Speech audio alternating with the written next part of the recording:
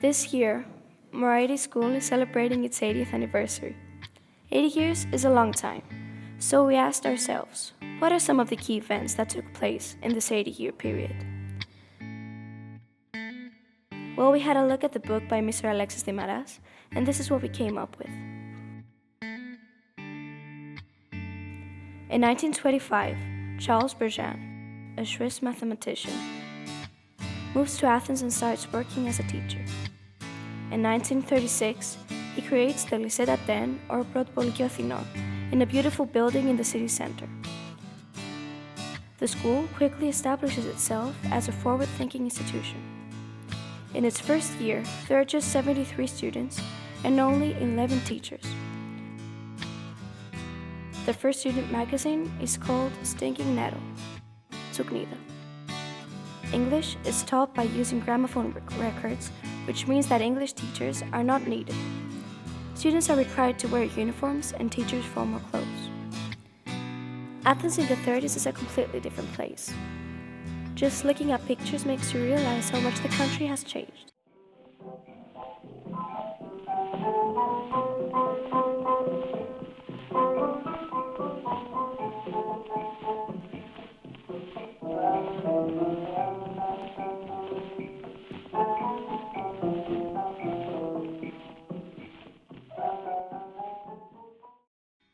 '36 also marks the beginning of the Metaxas dictatorship, which lasts until his death in 1941. It is an era of heavy propaganda, restriction of the press, and marginalization and repression of political dissidents. It is remembered most, however, for the resistance to Mussolini's fellow fascist government in Italy. By October 1940, Bertin's new school is just starting its fourth academic year, and Greece enters World War II. As with everything else in the country, school life is greatly disrupted by the war. Segregation is imposed on secondary school pupils, and academic years become irregular. For example, the 1940-41 school years last 14 months, whereas the 1942-43 academic year is only a few months long. Jewish students are often absent from school in order to escape persecution and arrest. Several teachers who take part in the war are killed. Yannis Alexandropoulos, Spiros Heretakis, Yannis Vasiliou, who is killed in the Battle of Crete. As of April 1941, Greece is under Axis occupation. Italian and German, the conqueror's languages, become mandatory subjects. The national currency is also devalued 7 times. Banknotes are printed in huge denominations due to the galloping inflation. In 1944, 2 post-war drachmas equal 100 billion wartime drachmas. However, the school does a lot of philanthropic work. It provides shelter to those whose property has been destroyed, and students offer first aid, food, and clothes to those in need. In 1941, Antonis Moraitis joins the Lycée d'Athènes and quickly becomes a key figure in the running of the school. In 1944, Greece is liberated. Freedom comes back to Greece. A better day dawns for Athens, ancient birthplace of democracy.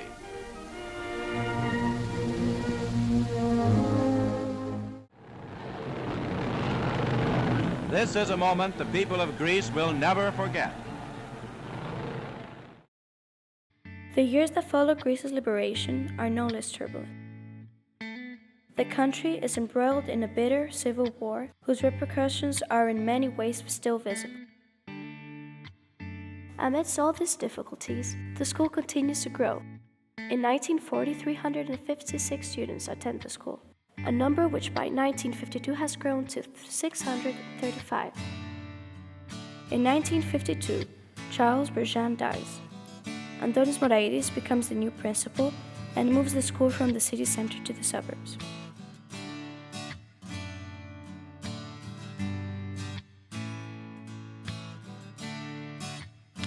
Moraitis School moves to Psychiko into a beautiful 2-story building. The school's new logo, which depicts Apollo, the god of truth, poetry, and light, is designed by the famous sculptor Tassos. The 1950s are a transitional time, They mark the beginning of the Cold War between the USSR and the USA, but are also a time of technological innovation and advances in ideas in the arts.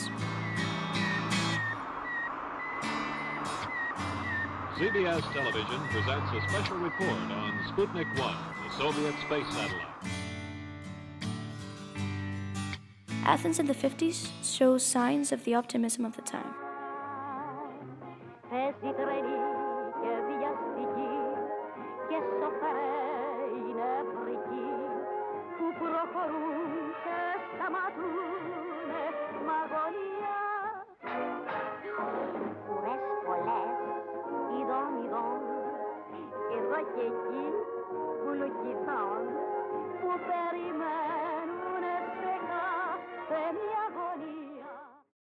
The school also reflects the changing times. In 1951, the first Students' Council is created, and in 1959 and 1960, respectively, 2 girls are elected presidents of the Students' Council, at a time when this was not the norm.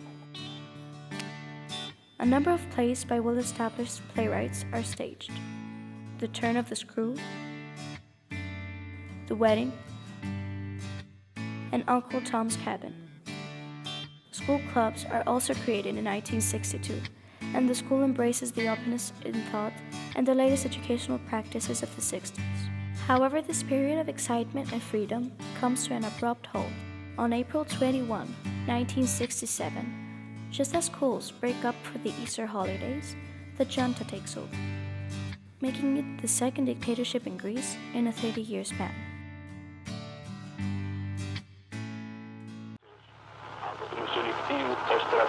Ανέλαβαν την διακυβέρνηση της χώρας. Επιτρέπεται η σύλληψη και φυλάκιση παντός προσώπου, άνευ τηρήσεως ή ασδήποτε διατυπώσεως, ήτι άνευ εντάλματος της αρμοδίας αρχής και χωρίς να συντρέχει αυτόφορος κατάληψης. Απαγορεύεται πάσα συνάθρησης ή συγκέντρωσης εν κλειστό χώρο ή εν υπαίθρο.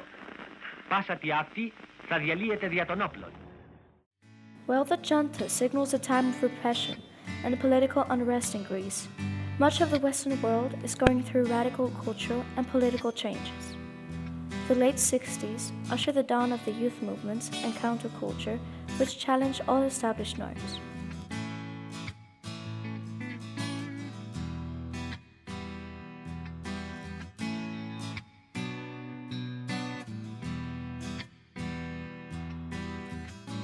A cover from the 1968 issue of Ethical School magazine, showing Martin Luther King, who was assassinated earlier that year, perhaps best reflects the spirit of the time and also subtly criticizes the dictatorship with one word: why?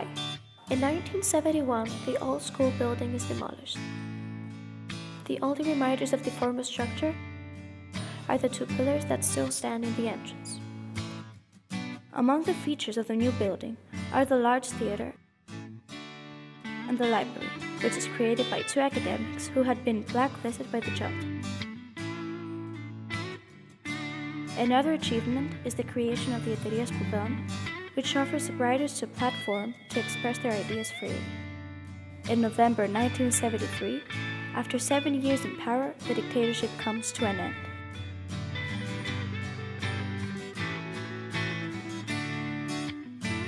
After democracy is restored, a series of changes ensue, one of which is a shift from the polytonic to the monotonic system.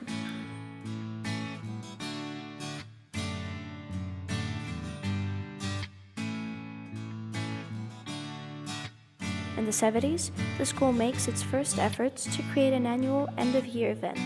In 1978, the first school fair is held, creating perhaps the most cherished Moraitis School tradition. Here are some pictures of school fairs over the years.